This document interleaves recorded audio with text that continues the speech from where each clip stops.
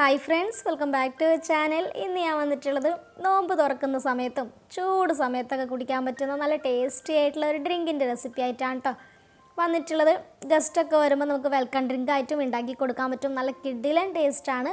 അപ്പോൾ വീഡിയോയിലോട്ട് പോകുന്നതിൻ്റെ മുന്നേ നിങ്ങൾ ആദ്യമായിട്ടാണ് എൻ്റെ ചാനൽ കാണുന്നതെങ്കിൽ പ്ലീസ് ഒന്ന് സബ്സ്ക്രൈബ് ചെയ്ത് സപ്പോർട്ട് ചെയ്യണേ. സബ്സ്ക്രൈബ് ചെയ്ത് കഴിയുമ്പോൾ തൊട്ടടുത്ത ഒരു ബെല്ലൈക്കൺ കൂടെ കാണും. അതുകൂടെ ക്ലിക്ക് ചെയ്യുകയാണെങ്കിൽ ഞാനിടുന്ന വീഡിയോസിൻ്റെ ഒക്കെ നോട്ടിഫിക്കേഷൻ നിങ്ങൾക്ക് കിട്ടും. അപ്പോൾ നമുക്ക് ടൈം കളയാതെ പെട്ടെന്ന് തന്നെ വീഡിയോയിലോട്ട് പോയാലോ. പിന്നെ വീഡിയോ ഇഷ്ടമാവുകയാണെങ്കിൽ ഒന്ന് ലൈക്ക് ചെയ്യാനും കമൻറ്റ് ചെയ്യാനും കൂടി മറക്കരുത് കേട്ടോ. അപ്പോൾ നമ്മുടെ ഈ ഒരു ഡ്രിങ്ക് ഉണ്ടാക്കുന്നതിന് വേണ്ടിയിട്ട് ആദ്യം തന്നെ ഒരു സോസ് പാൻ എടുത്തിട്ടുണ്ട്. അതിലേക്ക് 2 കപ്പ് പാലാണ് കേട്ടോ ഒഴിച്ചു കൊടുക്കുന്നത്. അപ്പോൾ 2 കപ്പ് പാൽ എന്ന് പറഞ്ഞിട്ടുണ്ടെങ്കിൽ 1/2 ലിറ്റർ പാലാണ് ഞാനിവിടെ എടുത്തിട്ടുള്ളത്.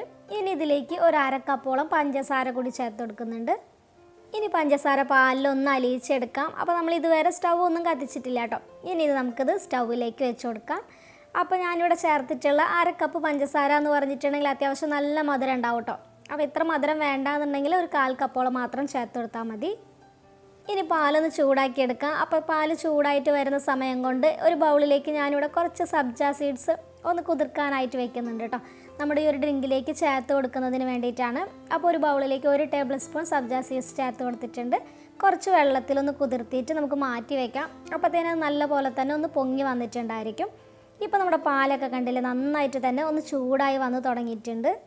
പാൽ ചൂടായിട്ട് വരുന്ന നേരത്തെ ഇതിലേക്ക് ഞാനിവിടെ കുറച്ച് ബദാമും കുറച്ച് കാഷ്യൂനട്ടൊന്ന് പൊടിച്ചെടുത്തിട്ടുണ്ടായിരുന്നു. നല്ല പോലെ തന്നെ പൗഡറാക്കിയിട്ട് പൊടിച്ചെടുത്തിട്ടുണ്ടായിരുന്നു കേട്ടോ. അത് ഇതിലേക്ക് ചേർത്ത് കൊടുക്കുന്നുണ്ട്. അപ്പോൾ ഞാനിവിടെ ഒരു 12 ബദാമും ഒരു 6 കാഷ്യൂനട്ടാണ് കേട്ടോ പൊടിച്ചെടുത്തിട്ടുള്ളത്. അപ്പോൾ ഇതൊക്കെ ചേർത്ത് കൊടുക്കുമ്പോൾ നമ്മുടെ ഡ്രിങ്ക് കുടിക്കാൻ വേണ്ടിയിട്ട് നല്ല ടേസ്റ്റി ആയിരിക്കും, ഒന്നും കൂടെ നല്ല ഹെൽത്തി ആയിട്ടുണ്ടായിരിക്കും. ഇനി പാലൊന്ന് തിളച്ച് വരട്ടെ. ആ ഒരു സമയം കൊണ്ട് ഇനി ഞാനിവിടെ കുറച്ച് കസ്റ്റാർഡ് പൗഡറാണ് കേട്ടോ എടുത്തിട്ടുള്ളത്.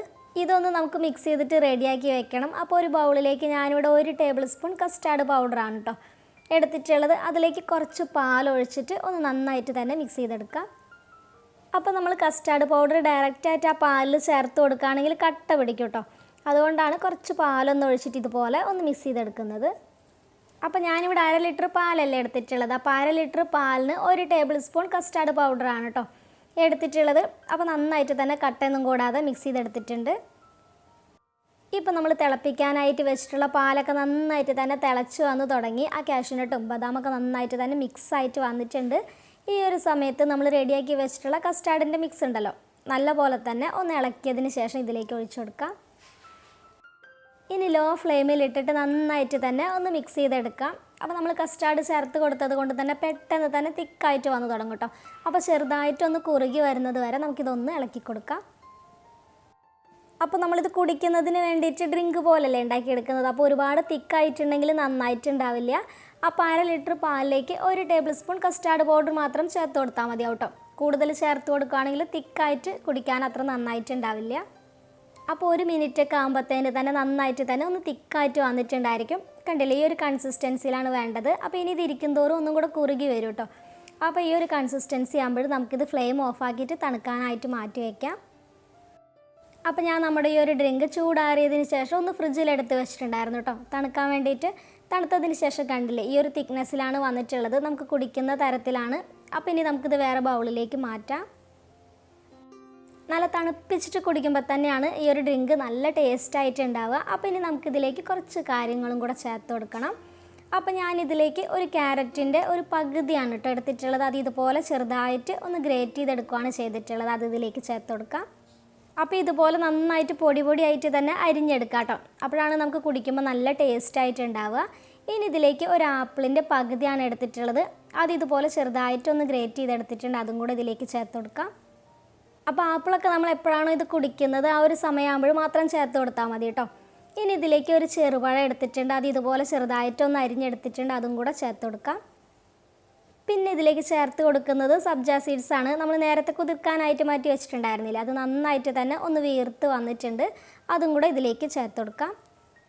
അപ്പോൾ ഈ ഒരു സബ്ജ സീഡ്സ് ചൂട് സമയത്തൊക്കെ നമ്മുടെ ഡ്രിങ്ക്സിലൊക്കെ ഉൾപ്പെടുത്താം കേട്ടോ. നല്ലതാണ്, നമ്മുടെ ബോഡിക്ക് നന്നായിട്ട് തന്നെ ഒരു തണുപ്പ് തരുന്നതാണ്.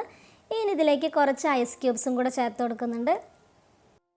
ഇനി ഇതെല്ലാം കൂടി നന്നായിട്ട് തന്നെ ഇളക്കി യോജിപ്പിച്ചെടുക്കാം. അപ്പോൾ ആപ്പിളും ക്യാരറ്റൊക്കെ ഇത്രത്തോളം തന്നെ ചേർത്ത് കൊടുത്താൽ മതിയാവും കേട്ടോ.